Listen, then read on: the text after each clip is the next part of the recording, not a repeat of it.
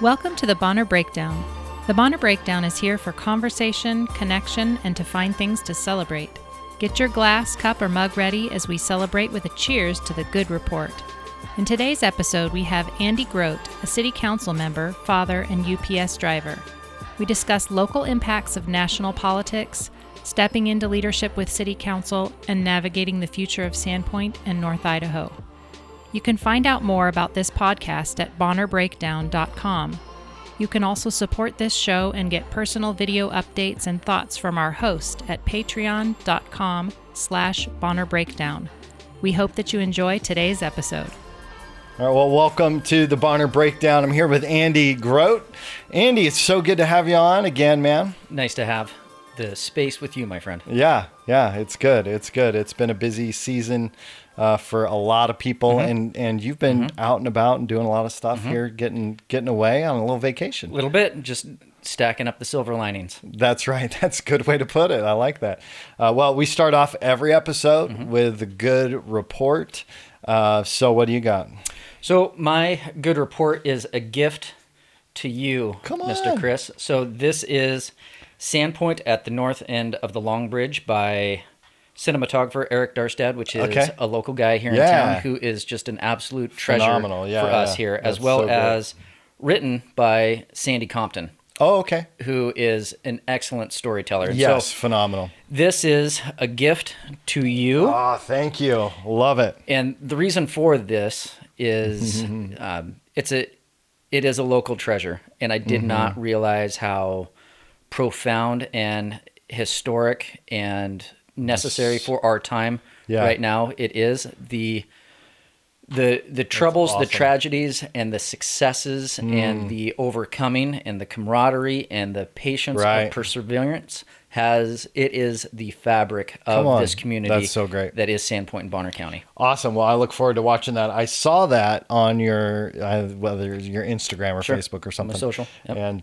And so I had that in the back of my mind to take a grab at that. So thank you very much. I appreciate that.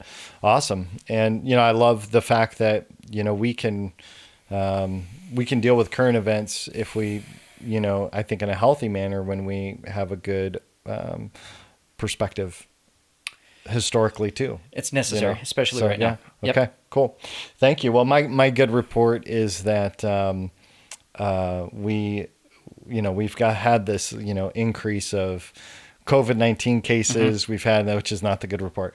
But the good report is that there's so few hospitalized. There's only 5 people in the hospital right now, and there's plenty of room in the hospitals. They're not being overrun. To me, like that's all a good report. Absolutely. Because spikes in cases could have meant overrun of the hospital, could have meant could have been really, really bad, but it hasn't been. So I'm super grateful for that, and I think it's a good report to go, okay, yes, the news is bad that the cases have gone up, but the hospitalizations, and that's for the 5 northern counties, is 5 people hospitalized, which I'm like, that's so good to hear. Well done, communities. Well done, Bonner Gin. Well done. Yep, Kootenai Health and everybody that is involved. Yep, and Panhandle Health's been great with updates and data and stuff, which has been awesome. So, hey, man, cheers. Cheers to you. Cheers to the good report. There we go. It always tastes better together. It does. Gotta do it together. So, Andy, you were on, what was it, 4 or 5 months ago? Yeah, so, at least. Right after we got sworn in. Yep, and you were just getting your feet wet in city council. Yep. And you went from wet to tornado / hurricane. So it's been a little crazy, a little intense. And I know that you are a watcher of the show, and so you've seen the guests that we have on, a lot of that stuff. And you and I have had some different conversations. So where do you want to start today? What do you want to talk about? Thank you very much for doing a great job with this platform and creating a shared space for many different types of conversations to happen. So that one, they can be modeled, as well as some of this content can come out. So our citizens in Sandpoint and Bonner County and wherever Yeah. whoever's watching this can understand who we are better as people, so they can maybe affirm their choices a little bit upon election, or also be challenged and maybe run, maybe they get involved. Maybe, they see a normal, hardworking guy in there, and they also can say, hey, I want to get more involved. Yeah. There's an election in year and a half at the city level, and there's commissioner seats. There's all kinds of different stuff going on. So do what you got to do. If you feel a kind of way, get yourself involved. So, good. So, and to your point, to the hurricane or the storm or whatever it is that we're involved in, I've thought about that quite a bit, and I'm grateful that in the time that I chose to get more involved, that there is actually stuff going on. And I do embrace change. I do embrace the constant flow. How unfortunate it would be for someone to get involved in a 4-year term and everything be smooth sailing up until the last 6 months, this isn't what I signed up for. I have inherited some holdover from previous council, but I fully knew what I was getting myself into. Am I prepared for it? I'm becoming more prepared for it, but I was not intimidated nor scared or fearful of the workload or the challenges of communication. And this provides me an opportunity I've thought a lot of thoughts, I felt a lot of feelings, and now I get to articulate that in a more moving forward way, which is great, because it's all theory up until the point that it's applied, and we get to apply all these things now. Yeah, that's good. I definitely have sensed that when you ran very much like, I don't know. And I don't have all the answers, and I don't even know how I'm going to sit on certain issues. And so now you're saying you've gotten your feet wet, you're starting to really kind of format a lot more about that. And the adversity has actually caused you to have to kind of step into some things probably faster than if there was no adversity. So a couple things with that. One, I think that on the walk-up, that I don't know was perceived as maybe a weakness to some. Sure. I guess, yeah. However, I've never felt more secure and comfortable with being in the middle and having the ability or the desire to hear and see both sides of whatever an issue might be. So there's whatever that issue is, there's one side, there's another side, and that's information gathering. And so upon the walk up to candidacy and election, trying to avoid some of those gotcha moments of what are you going to do? That middle of the road space, until you really know and understand how we got here, that middle of the road spot could be perceived as a weakness. However, when you're in a council of 6, that's a strength, because you get, so as long as you get yourself into those opportunities to hear and talk and see, then when it comes time to make a decision, it will be a more whole decision, not one that is kind of pointed one way or the other. And it would be some of the things that we're dealing with right now that are heavy moving objects. I think that I'm more skilled and tooled to think and feel through that kind of stuff. However, I really would like to get back to city business and learning what running a city business is and how we pay for certain things like streets, like good clean water, like what we're going to do with our dirty water, how are we going to pay for things, which I think as a city, the city should be ran as a business, And so I think that, in my opinion, being new, because I am a true freshman. I am a true freshman in this. I'm 6 months in. I think that I'm doing a better job of listening. However, I have ran my mouth a couple times, and I don't necessarily think that that's good or bad. But reminding myself, hey, bud, you are here to listen. You are here to use your brain and your heart, and move forward in a gentle, responsible, respectful way. It has seemed to me that when you have spoken up, when you have, as you phrased it, ran your mouth or whatever, however you want to phrase that, it seems like it's appreciated. That's what I've at least gathered, is that I don't see anybody going, darn Andy Groat for speaking up about something. It seems like, oh, hey, thanks for saying something, so it's kind of a catch-22 a little bit. It's interesting. So in my work life, I do get to be the one that chirps more. So I'm also a shop steward. So I'm a union representative at UPS. Okay. And so I am the one that stands up to someone or something and says, hey, you don't get to do that. Or how about you explain yourself to me in quite a bit more of a stern way. And there's a part of me that likes that. There's a part of me that,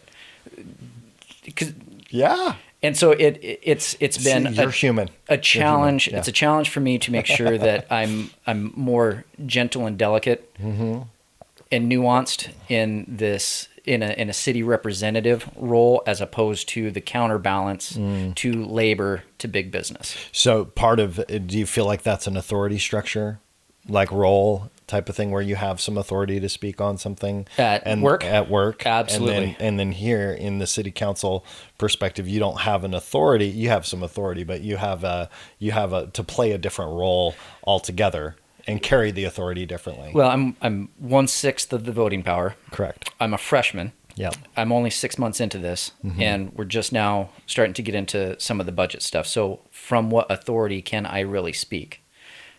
So with that being said, Great. with the things that are going on currently right now, specifically talking about our kids with signs and our men with guns, I too took some of the bait on Facebook, which I have chosen to detach myself from Facebook and not get the. It would be wise for all of us to kind of stand down a little bit on Facebook and maybe go out and talk to people and see firsthand and have a nuanced perspective and educate ourselves in the issues at the ground level, as opposed to the echo chambers and I'd say almost compelled speech of what is happening on Facebook. Okay. So with that being said, can we pull that apart a little bit, because it was somewhat clear but a little vague, and I'm just thinking, like, for the average viewer going, I'm not sure I know exactly what you're talking about with especially when you get into the compelled speech concept and some of that. Can you kind of give us some more context for that? So my challenge had been so to overcome a challenge of not knowing enough, or a group of people that I knew would speak this way, then I need to counterbalance that. So to do that, I am trying to do my best to speak to different people in multiple parties. So I've gotten myself more involved. So the night that we had guys with guns downtown, I went during the evening and checked in, see what's going on. I brought some water and some apples. Everybody was super happy and receptive to receive it. However, once I told them I was a city council member, a little bit of a tone changed. So that tells me some stuff, which is fine. Yeah. So I get to lean into that a little bit. Perfect.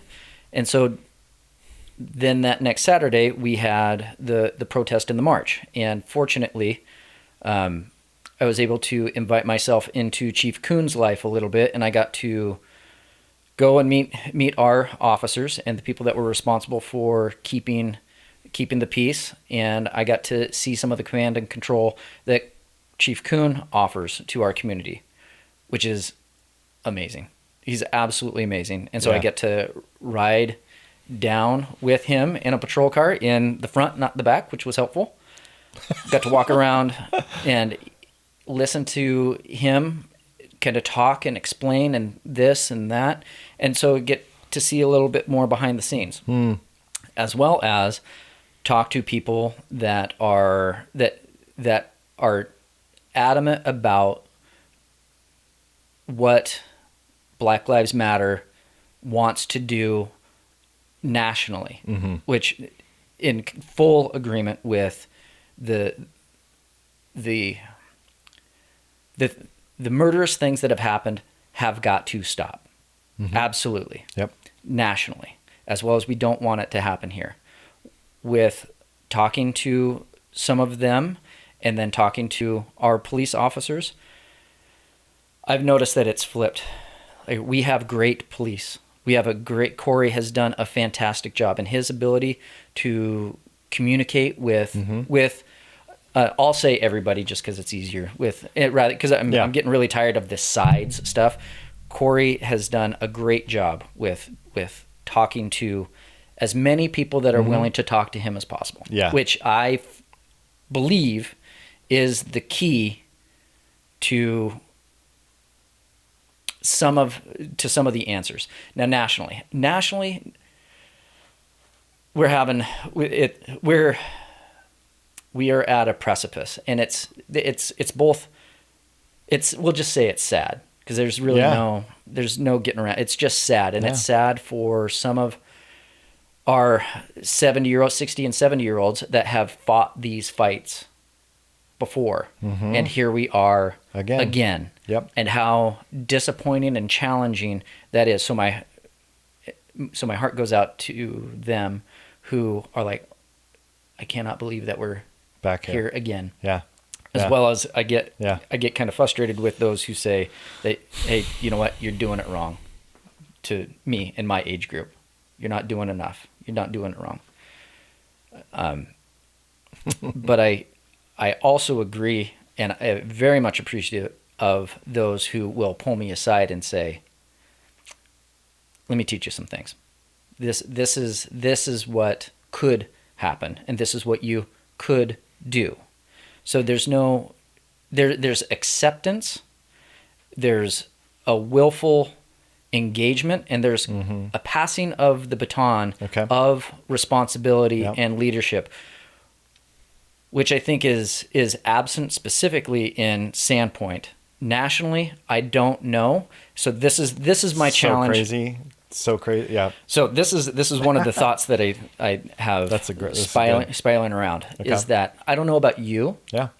But I've had bad days at work, and there have been things that haven't gone well at work, and there's not a whole lot I can do about that. Right. Yep. So then I come home, and I yell at the kids. I yell at the spouse. I am not nice to the dog. I go to the place of comfort and peace that within there has all the people that I love the most, and I treat them horribly because of things that they had nothing to do with. Correct. Okay. Yeah. So within that equation,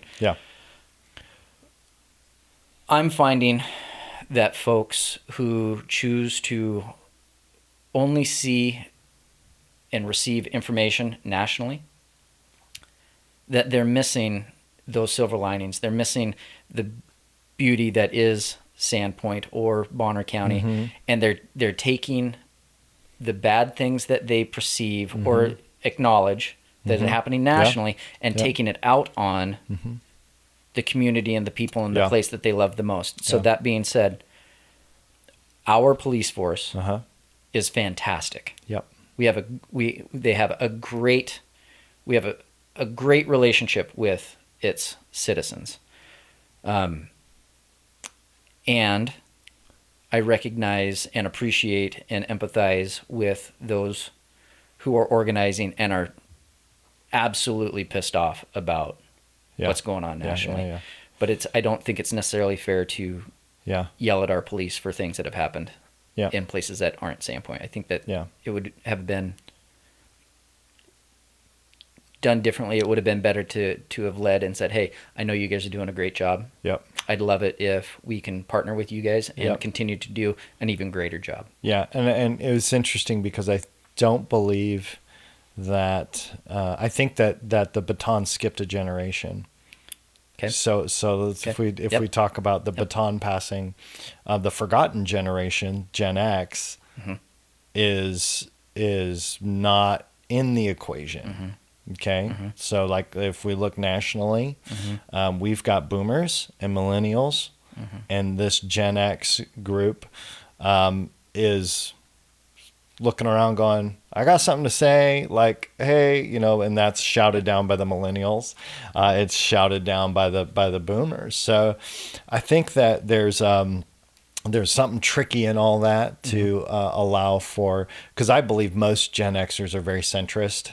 And in general, I don't know. I think on average, thoughtful, thinking. I know most. Everybody's picking sides at the moment, but I think a lot of people want to have data, proof. Think things through. At least that's what I see with the Gen X. And so that we're in a very unique place as far as baton passing and what role do we play. Nationally, and then also here, locally, I think the counties skewed a little older. Cities, I got majority of Gen Xers leading the city, so it's very different, different dynamics there locally, and it feels different. It feels very different. Yep. And so that generational gap is very interesting. I hadn't really, thought about that, but just kind of piecing that together, and that would be my observation, is that we skipped a beat nationally. The other thing you were talking about is how do we create a culture and an environment where we begin to actually partner on issues instead of attack each other on issues. Okay. Because you mentioned, like, instead of yelling at the police, saying, hey, let's come alongside. I don't see the millennials and the Zoomers, the Gen the Gen Y and Gen Z being equipped to come alongside. And that's an observation, because I see majority of them are super passionate and super, they really want to see systemic change. They really want to see things move, but they're not equipped for compromise and negotiation. Correct. They're equipped for blunt force movement. That's what it seems like we're equipping this next generation for. Okay. So there's a thought, and I'll put that observation out there. What do you think? So I am a dad of 3 daughters. Yep. And it's been the best thing ever. That's really one of the only things that in my life I was that dead certain that this is what I want to do, and this is what I want to be great at. Yeah, come on.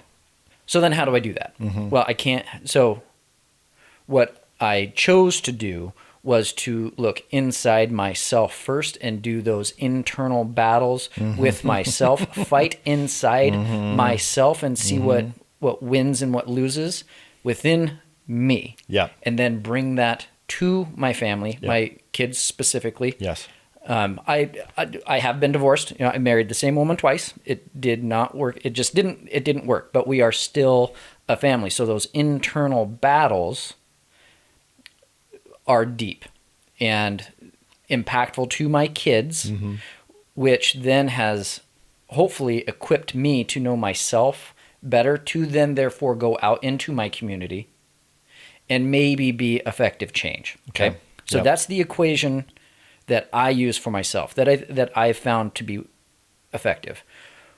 What I observe, not necessarily with the generation that you're specifically speaking about, but those who want to affect their community and then oppress their family and have not yet ever done the battles within Internally. themselves. Yeah. Okay. So I personally know what black eyes and bloody noses feel like. I don't want them. I do my best to avoid fights because I have fought those fights myself. Yep. It is irresponsible for those, again, these are all my opinions. It is irresponsible for those to lead a community into battle or fights without, one, going to battle with themselves first, or without even knowing how getting in a fight hurts. Yeah.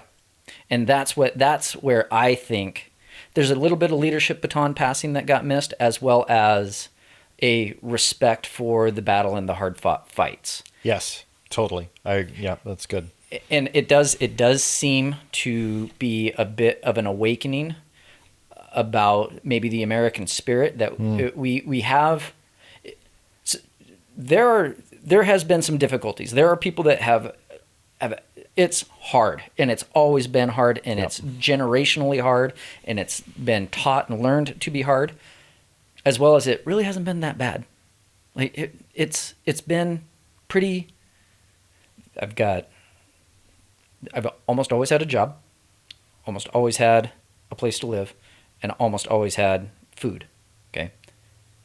There has been times of absence of those, and it makes me appreciate having them even more. So I'm a little hesitant to get into fights or lawsuits or things that'll challenge not having those things, as well as I am willing to fight for those, to have those things. Okay. That's a worthwhile fight. Okay. Because it does give peace and comfort, and some of it is, those food, shelter, warmth, like those are the human basic needs. Well, and I think we've got a collective education of a generation, and then we've got the individualized development of a person. Yep. And so I think we're dealing with two separate pieces, because I know like the way that we raised our kids was to be able to negotiate, to be able to have the capacity to hear and understand. And I just am blown away by the quality of my kids. Because I know some people check all the boxes and they do all the right things, and the kids are not good, like not healthy. And so, just feel blessed in that regard.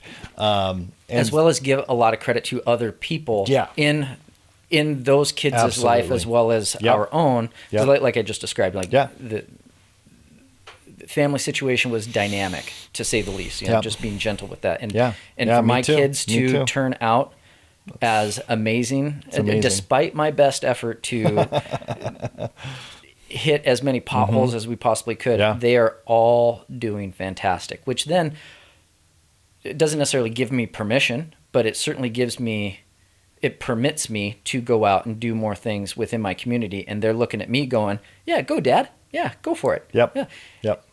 And man, I tell you what, the fact that they're watching me do this, and I know that they love it, and I know that they respect me, and they know how much I love this community that we raised each other in. But there's also a little part of them sitting there looking at it. It's like, okay, so you've been preaching all this stuff. Want to see how you apply this stuff. Oh, yeah. Try being a pastor. I mean, the accountability at home is real. You know, like, who are you? Like, do you really believe all that thing that you say? Or is it just over here? Is it, is it a separate world? Did the two collide? And when they don't, there's such opportunity for offense, and there's opportunity for disappointment and all of that stuff. So you have to manage all of that, because we're not human. I mean, we're all human and not perfect, but no, that's really good. Are you feeling like there's a shift? You mentioned the word awakening. Do you feel like there's a shift locally, politically happening, or nationally, or what do you sense happening? With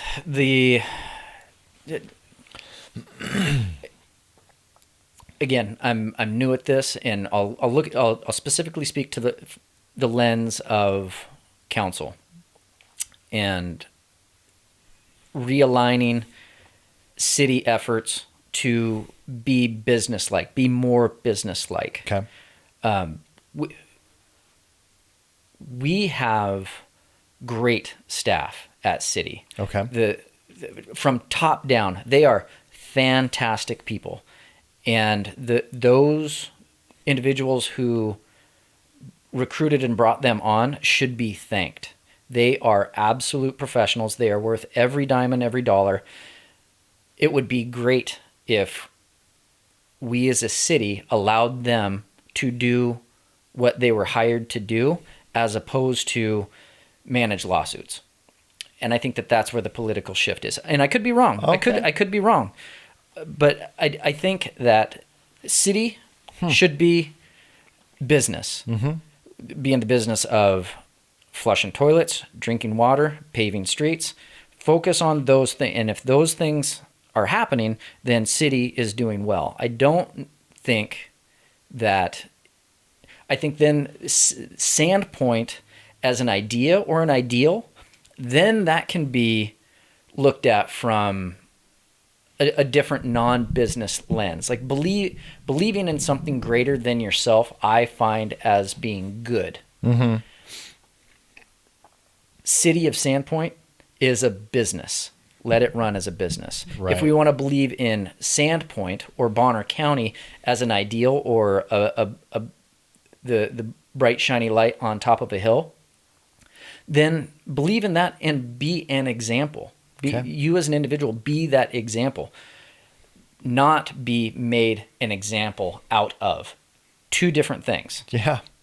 Okay. And so I think that is a creative way to answer the politicized way that you had phrased that. Sure. I'm still not comfortable with I'm not comfortable with any labels. I'm specifically not comfortable with being labeled a politician, because I'm not. I am an ambassador to Sandpoint, and I'm a city council member, and I'm all these other things. Correct. I am not a politician. Yeah. And I'm not. And you're in politics in that you got elected, and in a nonpartisan representative space that didn't have an RD or an I associated with any of it. Yeah. And that's the interesting thing I think about the, city government, in that it does not pigeonhole you, per se, which is nice. So that's good. I have some people that are mad at me, and I have some people that are confused by me. Okay, so why would people be mad at you? Well, I think that when I answer a thing in a way that they don't like, in having 6 months experience in this, and then saying, no, I'm not going to go down that path, that makes them upset. And then the others that are confused by me were like, you're showing up here? Okay, well, we appreciate you being in here. Specifically volunteering to be in a dunk tank as a city council representative at, for over 4th of July. And watching the parade. So I get firsthand accurate accounting of what I see and who's down there and what's going on. Because I talked to the organizers specifically and went, this is where I'm at with this. Please, I'm asking you. Do everything that you understand where we're at, what we're doing, what we want. And you yourself have said that you want to be unifiers of our community. Okay. We didn't have an opportunity to necessarily parse out like what community we're talking about, but by showing up at the parade, by volunteering as a city representative in the dunk tank, which the water was cold and the kids were very happy and it worked. And then showing up for the fireworks display and looking at how many people were at City Beach, how it was managed, to see our police force out there being please and thank yous. It was everybody was on their best behavior at all three of those things. And the evening couldn't have been more smooth. The people were so polite. I heard please and thank yous, excuse me, and some of it had to do with there was quite a few less people. Like the volume of the event was considerably less for a variety of different reasons. Yeah. Well, I think primarily pandemic. And maybe that's the silver lining of one of the many silver linings of our COVID situation is that we are a kindler, gentler, more patient, giving people space, holding space, please and thank you, excuse me. Let me just say that one of the things that I think is really important in the season is for people who stand up for individual liberties, give people their individual liberty. If you believe that don't tell me what to do with wearing a mask, then don't tell anyone else what to do with wearing a mask or what they're comfortable with. Dust your sandals off. Just respect it and move on. Like I don't, so that's a side note. And I don't know why. And so those are some of the questions that I ask myself because I've never been so certain about all things, and I've almost always had to negotiate.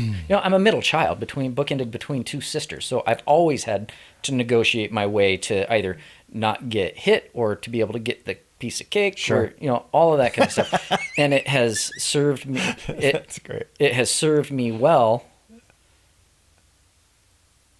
So as long as I view that as a strength, and also understand that there are some inherent weaknesses in being in the middle. Yeah. Because the middle gets squished. Yep. You're touching me. No, I'm not. So what about, so one of the things that we've seen here is, and I think you touched on it earlier, national politics overflowing into local politics. Joel Espiro was on and he talked about that a little bit. Maybe we don't need as much national here locally.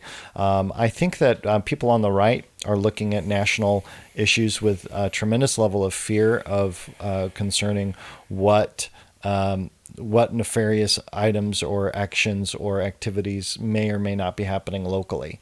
And then on the left, I see a lot of fear surrounding what is not happening, about what could happen. And so I see both sides really operating from a standpoint of fear. And of course, the fear, there's justification for fear. It's always justifiable. So whether it's your news media, whether it's the news media that you take in, whether it's the headlines that create that, or even like reading whole articles and at the end going, wait, that's not what the thing said. So we've got this huge media issue, but the reality of the national narrative impacting us locally seems to me to have a really negative effect on how we operate together. And I wanted to get a little bit more from you on that, like, because you mentioned it a little bit earlier, but what do you see happening with that? What do you think are some solutions? What's your take on national versus local? Step away and detach from it a little bit, create some space in between, understand that there's some nuance, as well as I don't know any senators. I don't know any congressmen. I don't know any of the people that are in D.C. I do know people that are on my school board. I do know people that are on my hospital board. I do know all the commissioners. I do know all the council. I do know the mayor. Yeah.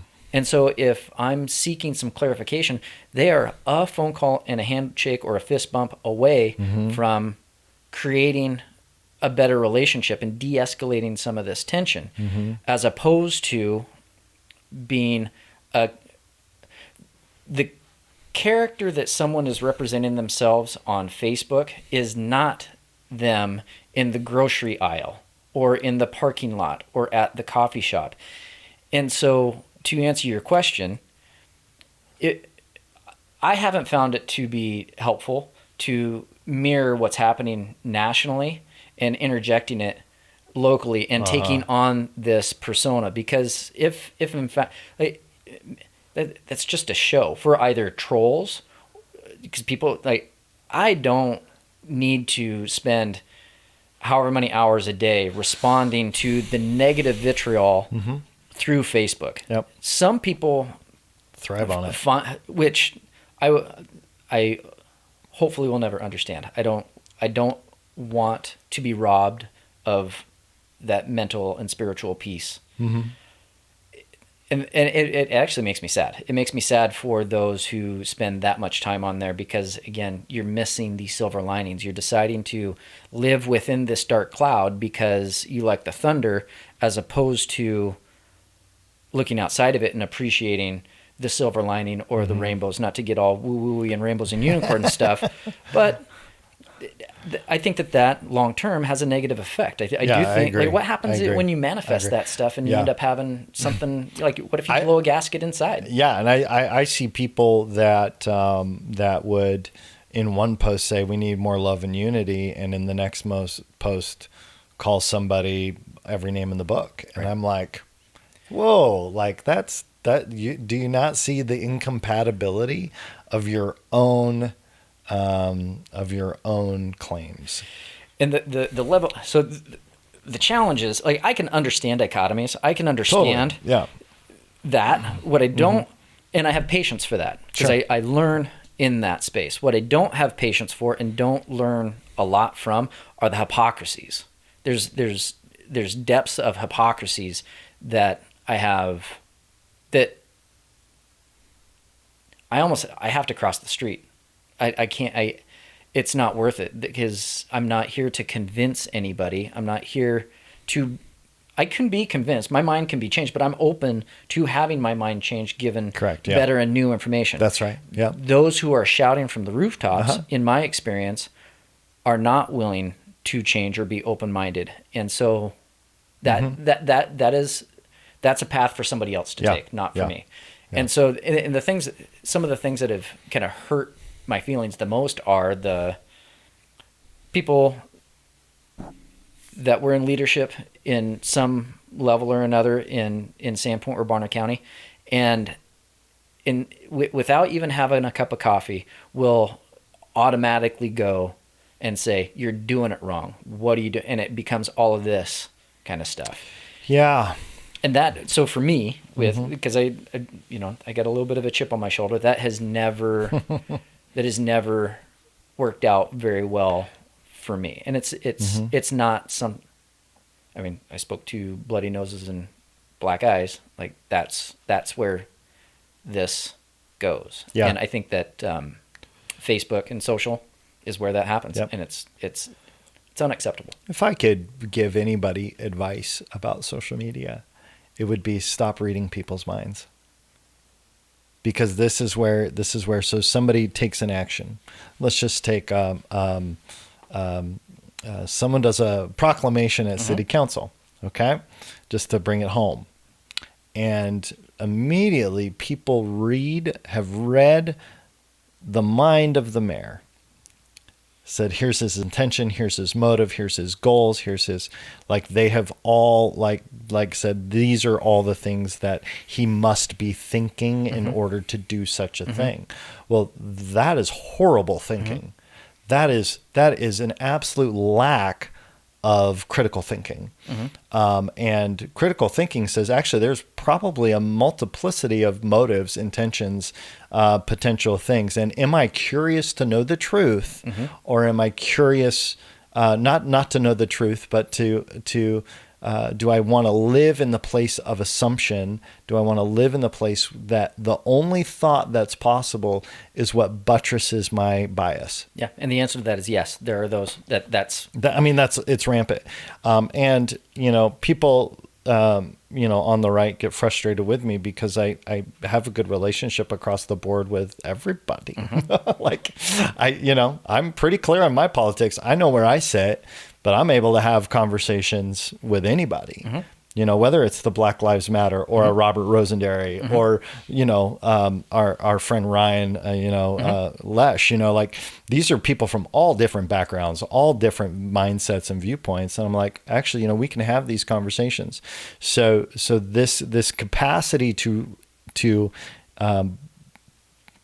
get people boxed in based on what I believe they think is some of the worst thinking out there.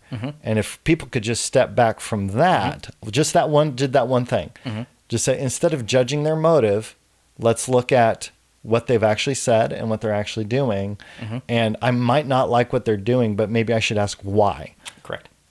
And I might not like it, but you're going to actually find out the truth. And now you know. And you'll know what not to like, rather than Correct. A subjective, Yes. like, this is what I think. So that's one of the many powerful messages out of that film that Eric was able to really mine out, was that over the 100 years of that film that he's documenting, the different people, beliefs, hard work, the different actual kinds of work, the cooperation and the collaboration for Sandpoint and Bonner County to overcome the things that were happening in the nation as well as Sandpoint. Yeah. Because it did talk about, and it's very interesting, because they're talking about pandemic, because it talks about Spanish flu. It talks about World War I, World War II. It talks about the Great Depression. It talks about people that are leaving the Dust Bowl and came over to the abundance of Sandpoint. It talks about the Navy base in Sandpoint or in Bayview and Farragut, Yep. that brought people from all over the nation to an inland base, that then Sandpoint embraced and brought on their own national sons to take care of them, and they came from all walks of life. Yeah. And watch how that has changed, and all to not ignore and forget the first people that were up here. Yep. And how they were shoved out. Yeah. That they were Yep. a minority group that lived in abundance, that used the land as they felt suited, and yet they were pushed out. So if anybody should be bent out of shape, it should be them. But then look at, okay, so what then is that group that Yep. feels that they are shoved out? And so I have an appreciation for how painful that is, because they've made a certain thing their precious, and their precious is being taken away. Okay. Well, it wasn't yours to begin with, and this is kind of one of the challenges that I have, is that I found Sandpoint. There are a lot of other people that found Sandpoint. I found Sandpoint and fell in love with Sandpoint. Wherever it is that I came from, and whatever it is that I had, whether it's baggage wise, or whether, a school district did me wrong, or a hospital district did me wrong, or a commissioner group did me wrong. Like, I let all of that go and embrace this new thing that is Sandpoint, as opposed to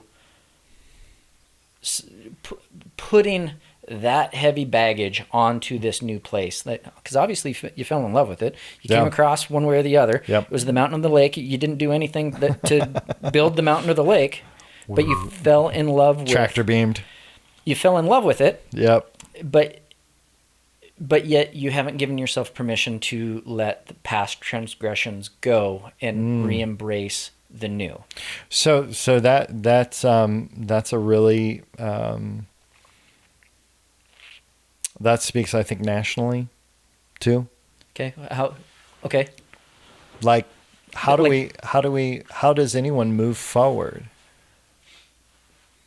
Right? Like how do we move forward on a national and local level? Obviously, dealing with past transgressions. Okay, I see where you're going. Dealing with past transactions. How do we move forward? In my conversation with Todd and Sam Crossett, I said, I think there's only a few options here. There's an unpayable amount of justice. Like, if the goal is justice and fairness and proper equity, that's an unpayable debt. How do you pay life for life? How do you pay years? How do you pay for all of that? So that becomes a unobtainable endeavor. Right. It's not obtainable.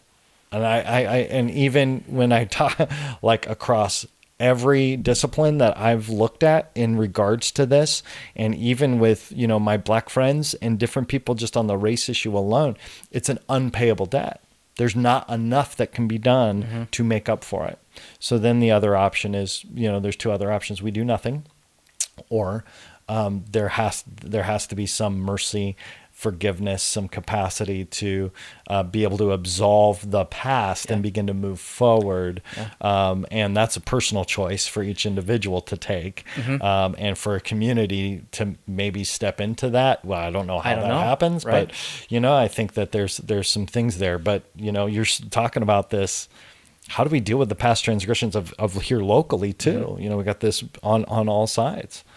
And I don't know. I don't know. And I think that it is okay to say that we don't know. I don't know. It is okay right now to be confused. It is okay to not have the answers. Yep. What it's not okay to do is to dismiss these different things that are going on. Yeah, that's good. I in the multiple areas of my life do not have the luxury of denying the things that are going on around me. Right. I want to accept them, and I want to be involved with it, and I want to be active as a part of making good decisions. Sure. Knowing that I have my own limitations. Like, I have 20 years in Spokane, and I have 20 years in Sandpoint. I do not have a diverse cultured path. I grew up in Sandpoint is a lot like how I grew up in Spokane Valley. It was just a bunch of kids running around in fields and riding bikes and playing baseball and doing this and that. Yeah. So it is unacceptable for me to say that, you know what, this is the new starting line. This is like I don't. Yeah. I can't do it. Like, my heart breaks for everybody that is hurting, and I don't have the answers. The only thing that I can do is be that example that I want to see. Correct. Yeah. And continue to move forward with that. And this is so in counsel, the hardest thing that I have in front of me as being new at this is I don't like telling people what to do. And that level of government is that legislative spot. Yes. And so that's what, when it comes time, we collectively are tasked with telling people what to do. And man, I can tell my kids what to do. I can tell, well, not so much now. And I can tell myself what to do. Yeah. But other grown adults, it's tough. So I can't tell somebody to get over it, and I can't tell somebody to be nicer. Wow. Yeah. But I can be the example of me getting over it, whatever that it is. Yeah. As well as being the example of, okay, this is how it is now. Yeah. All right. And I'm not going to find these little proxy vendettas that happen. Like, if fight your fight. Yep. And do it in a way that you're seeking peace, not more fights. Yeah. Yeah. Well, so there's a difference between peace keepers and peacemakers. So what are some things that you think would be, relevant or good process or otherwise concerning making some peace? So, getting City of Sandpoint back on the path of running and operating like a business, not preaching from up high, because that none of us are qualified to be able to do that. Correct. None of us should do that. Yeah. Detaching and stepping away from our keyboards and getting away from the infighting and there are some that are just trying to light dumpsters. You better believe it. They're just doing it because, and then go out and instead of siloing yourself into an echo chamber of like-minded, go out and stretch yourself within different food, culture, read authors that you wouldn't normally read, listen to music you wouldn't normally read, go to a church that you wouldn't normally go to a yoga class, go to strength and do things that will stretch you. No, that's good. In all ways, in the spiritual, the mental, the physical, right? All of that stuff. Yeah. No, that's really good. That's really good. I believe that there is a space peace to be made here. I think the community is ripe for it. I think our community is ready to move forward.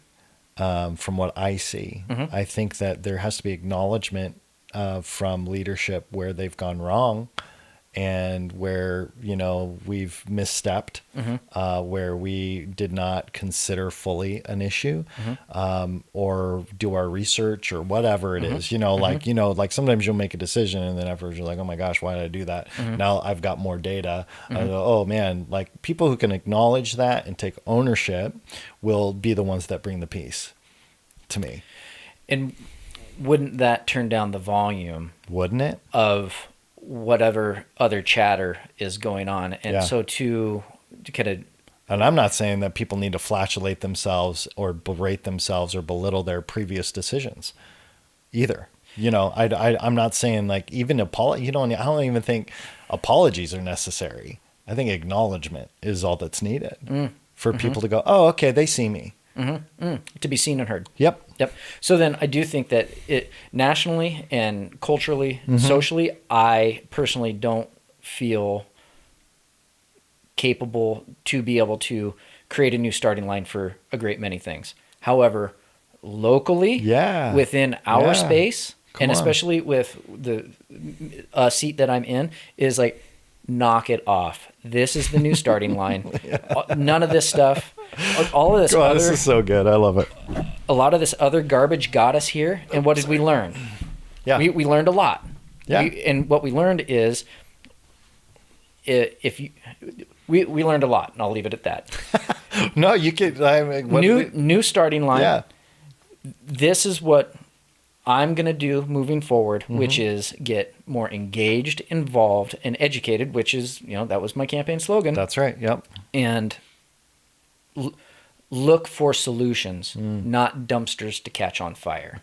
Okay. And, if people have a problem with that within their elected officials, there's means and methods. Yeah. Like, get involved, run for an election, do some different things. Yeah. And that's kind of what I mean by these proxy little vendettas, is that citizen groups should organize as citizen groups for causes that they deem fightable. Correct. Okay? Yeah. It is inappropriate in maybe my freshman year of not knowing enough to task a city or a municipality to go and fight your fight. Seriously. So then, for example, and that's so good. I might be... and that's really good. It might be an apples to apples or apples to oranges comparison, but there are those who... The city of Newport did not sue Pac West. A citizen group got into a lawsuit with Pac West. The city of Newport should run and operate as a city. Okay. With some of these other things, I find it to be, I think that as a councilman, it is my responsibility to have 1/6 the decision-making capability to not get the city into lawsuits. Yeah. That's what we have a legal advice for. And obviously I've inherited some, and I'm going to, because there's been a lot of trust, respect, and credibility that I've seen within my 6 months, that I trust that due diligence was done, which then allows me to inherit this thing and not armchair quarterback it. Well, if I was there, because you are not afforded that luxury to armchair quarterback after it. This is on your plate. You have to deal with it. Follow it through the end. This is the direction that we're going. Okay. Everyone wants power. Let's just in the political sphere. Okay. So when you have groups like you're talking about that want to enforce their agenda through the city, right? Using, because there's power there, right? There's a perception and there's a legal power that a city carries that a nonprofit or little organized group. So if an organized group of people can begin to influence and move power to enact their agenda on a larger scale, that to me is a misuse of power. And I think that's what you're just talking about. But we are the people, the power of the people. It's not the power of the city. Like, do you really want the full force, the full leverage? Some do, because they think that maybe leverage a component. I find that to be inappropriate. Okay, but this now I think we're stepping into a little more ethereal conversation, because now we're talking about how the people's view of political power, right? Because I think some people believe that the government should be limited, that its power should only serve its constituents to provide basic infrastructure, to provide some protection and security, to provide stability for economic purposes. Like, outside of that, get out of the way. Right. And then over here, it's like, actually, you should mold and shape culture. You should mold and shape how everything happens through the government, which we've got two competing forces here. Right. And so when I brought up hypocrisies earlier, it's also the hypocrisies within myself. Like, this has provided me an opportunity to dig in deeper and see how things operate and work. Because, like, I have to scale things down for me to be able to understand them. Okay. So the national appears to be too big, and it's difficult to move for good reason. Yeah. So within my community, I might be able to maneuver a little bit better. Within my family, I can maneuver a lot, and within myself, I'm fluid all the time. So when I was raising my kids, I was the authority. Although I believed in and still believe in something greater than myself that gives me the insight to that then it's not just me that's doing this. Yeah. And so then those lessons, I do my best to be an example and teach, and then empower to watch them go out and find their own fruits. Okay. And then they become effective, creative members in their own community and society. And then it duplicates itself. Not the other way around. Right. Not the other way around where my community, so we move into a place and they tell me what to do and tell me how I raise my kids and tell me where I work. I don't think that would work for me individually. Sure. Nor do I think that works well for the North Idaho spirit, because the other thing, and it might be bigger than that. It might be the national spirit, because it could be.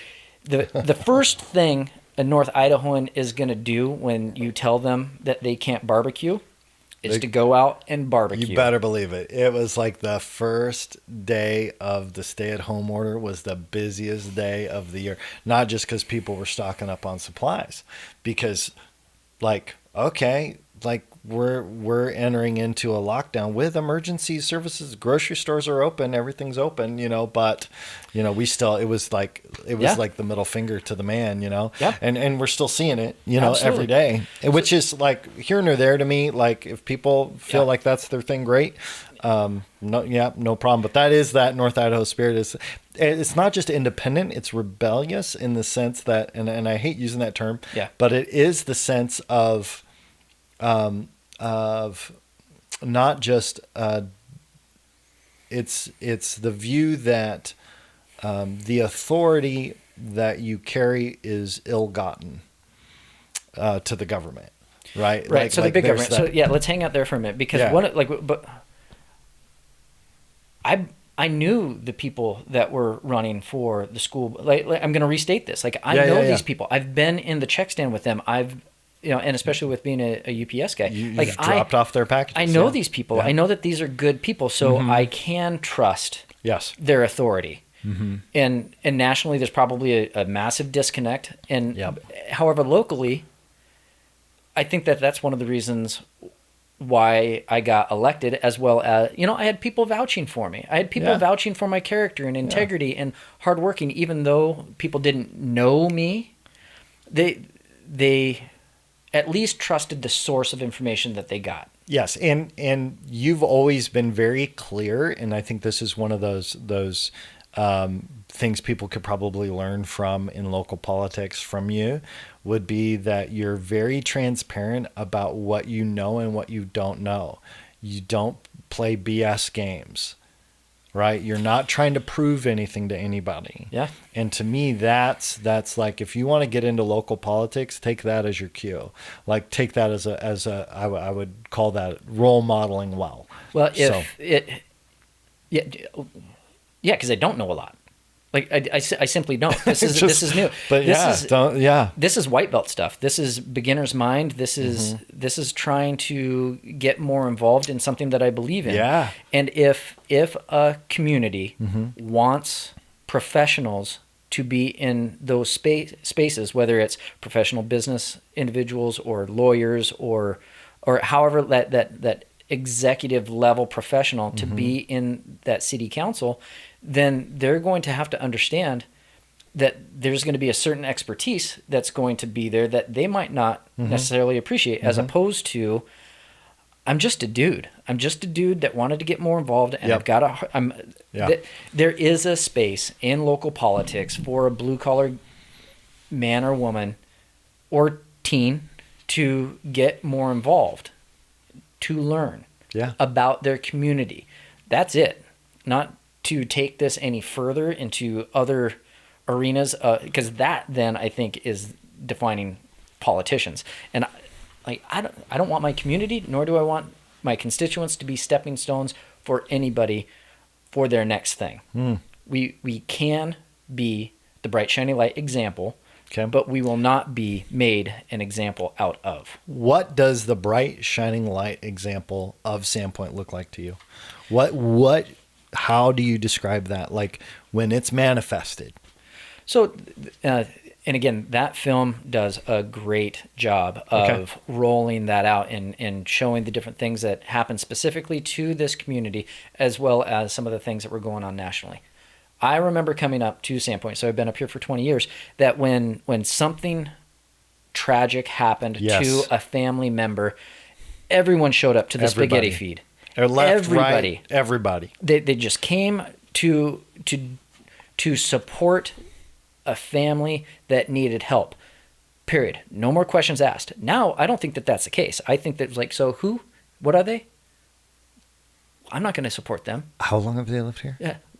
So how'd they get hurt? Like, those kind of things. Yeah. Like, no. Yeah. So right. The example. That's so sad. Let go of. So I sad. guess you could probably speak more to this than I, because I can drop social, but some of the business. There's a lot of business to be had in and on the social media platforms. Sure. Yeah. I'm not ready to say that it's a necessary evil, but I definitely think that it's like two different examples. It's kids given keys to the factory and they're just pushing buttons and seeing what's going on. To the printing press was explosive in people's literacy and their ability to communicate with one another. However, once you have capability of the printed word and literacy, you can write whatever you want. We're kind of, I think, that in that juvenile space, that we've been given a superpower and we don't quite know what to do with it yet. Yeah. The most uneducated portion of society is youth, period. Like, no matter how much college you've taken, you're still, there's life lessons, and I want to get life lessons from the next generation, the one in front of me, because they've been through some things that I haven't experienced.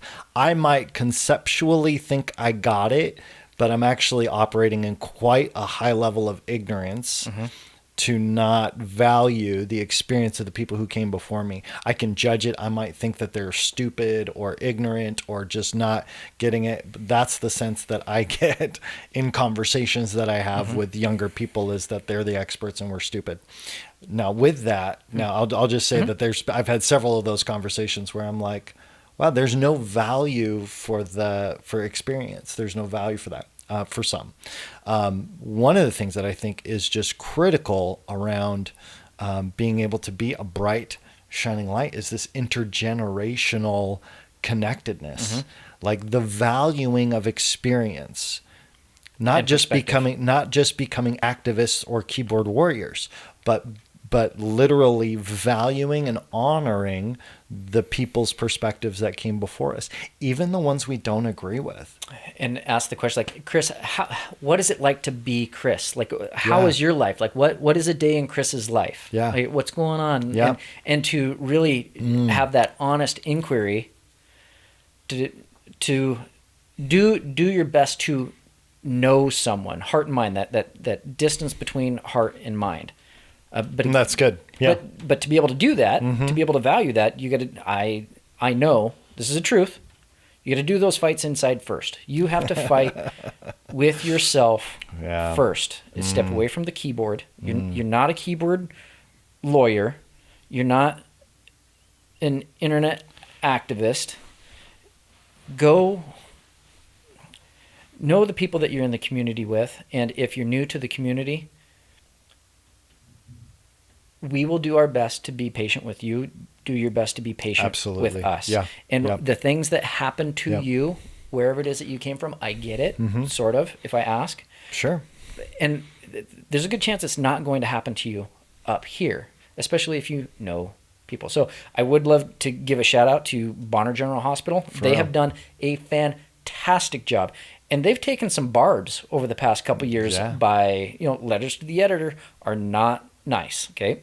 Our school district, let's remind everybody how quickly they pivoted to get our kids educated, and they changed their curriculum. They did everything they possibly could, as well as in this upcoming school year. Obviously, they haven't have that figured out yet, but they cut money, they cut funding, they tightened the belt. Like all the things that they were criticized, they're doing, and they did on a moment's notice. So phenomenal leadership. A lot of credit to these institutions or government or so there's the dichotomy. Maybe consider the source of where those barbs are coming from. Yes. And maybe question what that individual's agenda is to try to undercut things that, hey man, that's my neighbor that has worked in that place for X amount of time, and they are good people doing good things within their good organization. Yep. What I think we've lost is the ability to step into other people's shoes, empathetically, to be able to be like, oh, if I had to make this decision, what would I do? That's lost. If I was in their position, I had to make that decision. I think about that often when I consider, some of the governmental decisions and different things that happen. You're like, okay, if I was the one who had to make that decision, and number one, I usually don't know enough to make the decision. So I just say, okay, I don't know enough. Like I couldn't have made, I don't know. And I think that's kind of how you entered, the realm of politics. But oftentimes I can go, oh, I can totally understand why they made that decision, looking at all the situation that they're in. And, hopefully it's not driven out of other people's interests, but they're doing it for the sake of what's best for the community. Do you see that? Do you see that being an issue, like private interests driving political decisions within the city and county? I think that we've kind of danced around that a little bit. But I don't know. I don't know. Maybe that sophomore year stuff that, I'll have my ear twisted a little bit more. I guess the question would be, do you feel like people are trying to influence you for their soapbox issue? They try, but they don't try very hard. Oh, okay. Because some of it is, I don't know enough how to maneuver the way that they want me to maneuver, which is probably helpful, Okay. as well as I know on a handful of times where I've told people, like, stop. This isn't going anywhere. This is your passion project. This is something that you want to do. There's other avenues for you to take other than for you to make me your proxy pawn in this vendetta of some past transgression that you are still slighted for. Ooh. Those conversations have been had because, like, dude, like I said, I do not want to be made. I will be an example, but I will not be made an example out of. And that's not a call to anybody. Like, the camera's right there. Like, if you want to continue to have normal people in these places to make normal, reasonable decisions, then don't do what you're doing. Fight your own fights. Wow. That's good. For those listening, he just gave the camera a stare down. One of the things that I think is really critical in this next season is transparency, because I think transparency will ultimately lift the veil. It's like going behind the Wizard of Oz curtain, looking behind the veil, going, okay, what's actually happening back here? And I think transparency in government should be one of the highest priorities of nationally, locally, things like that. How transparent do you feel city government is here in Sandpoint? We've got our own YouTube station now. We've got our own YouTube channel, and city administrator and Chief Kuhn sat down and did a town hall that it was great for a variety of different reasons. It was great, one, because I don't get to spend enough time with them and to have an hour and change of them having conversation with one another and dialogue was great. I know that Chief Kuhn took some heat for some of the language that he had used, but let's not get hung up on semantics. Let's not get hung up on words that you are mind reading of what the intent of that word is. Yeah. And read a little bit deeper into what's going on, not to seek understanding. Yes. Okay. So transparency. I think that, again, this might be one of those silver linings of COVID. I'm new to government, and when everything got shut down, I could 100% see, like, oh, this is when some shady stuff could go down, because there's a lot of stuff going on. I'm speaking nationally, not locally. I could see because it's hard for people to show up. It's hard for people to communicate. Yeah. It was like we had the lights turned out on us. So then what happens in the dark? Yeah. Okay. So then out of that, city listened to council saying, we don't like this platform that we're using to pipe in to have these remoted city council meetings. So they went to Zoom. Much better. And then once we got out of certain phases, we were able to meet back together, which again, I will respect everyone's wishes as to how they want to operate, but this is supposed to be open government where there's accountability of the council to the citizenry. Butts in seats are important. We've got a better Zoom platform. We've got the YouTube channel that you can go back and watch current. You can watch archive. I'm super grateful for that. You've got you can watch all the different commissions, not commissioners, but the commissions, historic preservation, all that kind of, and watch how this kind of stuff works, which actually is a great recruiting tool too, to be able to have citizens go, oh yeah, that is actually something that I could do that. I can. So it's more accessible, which I think is maybe another buttress term for transparency. Sure. If it's accessible, that's great. And if I choose to look at it and then follow up, then that therefore is transparent. And we get to meet together. And we get to hear, we spend 4 or 5 hours listening to types of stuff. Sides. All types and of just stuff, so everybody knows, those sides, whether there's 2, 5, they're equally represented by their people. Like, they get up and talk to us, hopefully. Sometimes they talk at us, which is unfortunate. And and everybody asks, at the beginning, like, try not to do this, and then first thing is like, and that's sad, because I know the people that are sitting up there, and they're all great people. Yeah. And some of the accusations that get leveled against them, I know, are false. Yep. And I also know that some of it's just mind reading. Yeah. Those who are at the podium that are speaking, I understand how passionate they are. Do not lose respect. That is a sacred space because of your passions. Yep. Bring your passions. Well, welcome to another impact of social media. People are able to say whatever, and usually with zero consequence. Whereas in the past, if you said it to somebody's face, you had to deal with that fallout.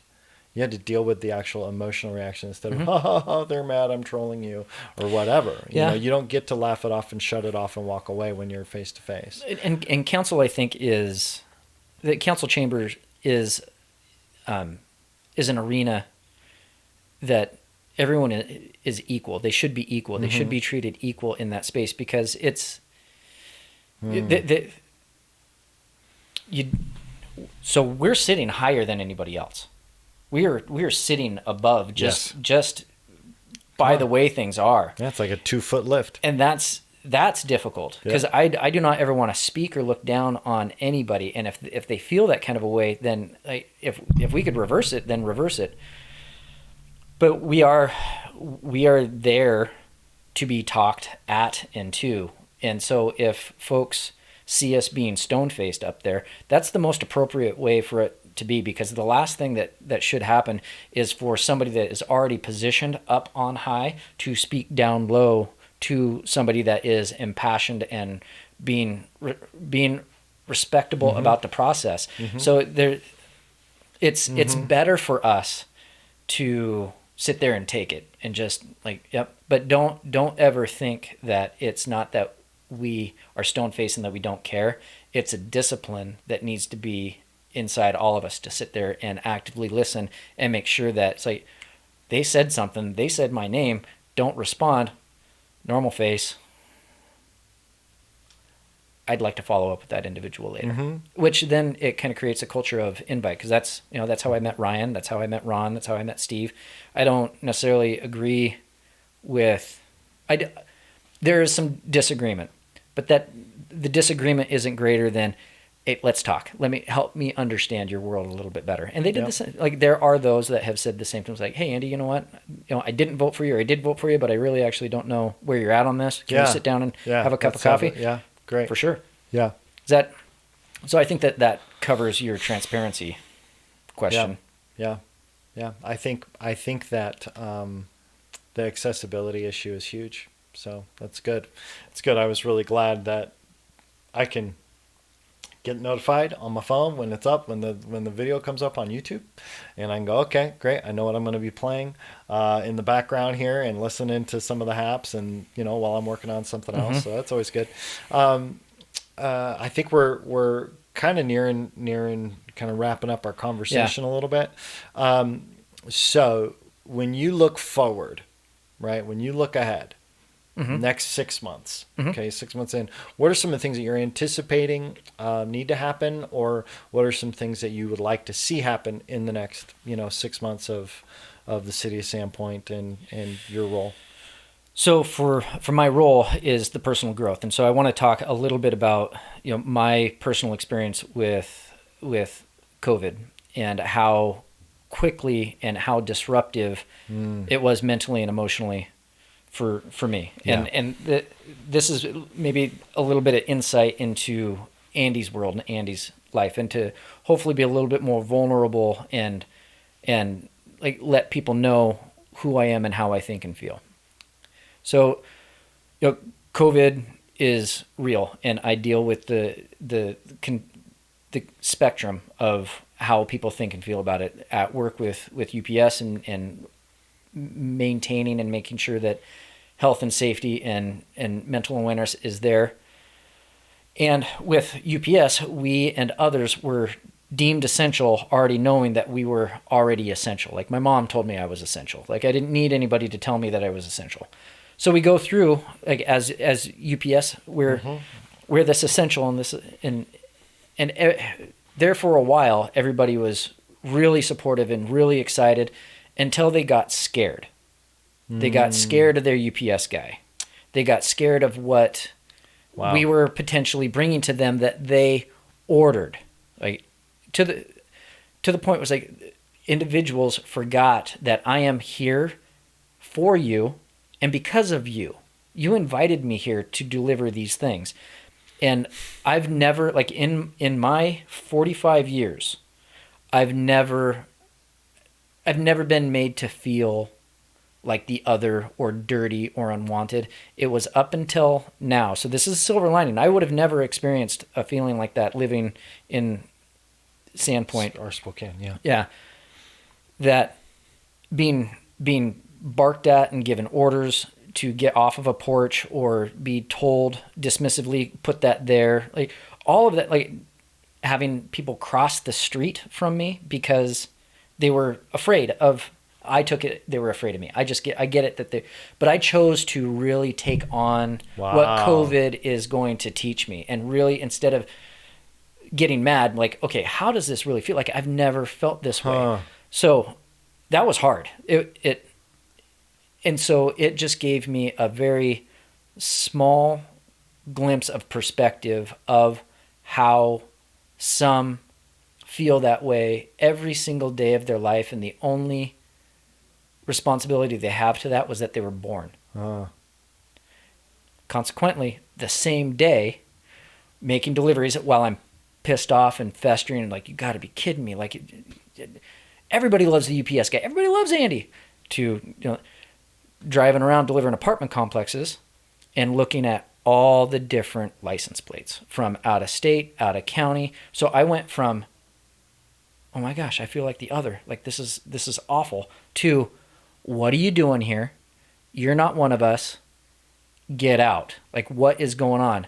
So that, which clearly explains nationally and locally what's going on right here. And I'm just telling the truth right now that I oscillated between those two very significant emotions all in the same day and was utterly confused. And it is okay. It is okay to be confused. And personally, I chose to sit in that, to hopefully grow from it and be better from it. And so to answer your question, to look for more opportunities like that for me to continue to grow, because I'm in that seat at council for the next 3.5 years. And if I can continue to stay in that mindset and continue to challenge my perspective, then I believe that I'll have a greater base for sure to listen, and a greater base for when I am called upon to make 1/6 of that decision, I will be able to make a more whole, complete decision when that time comes. Yep. So that's good. That's good. The growth always seems to come out of adversity.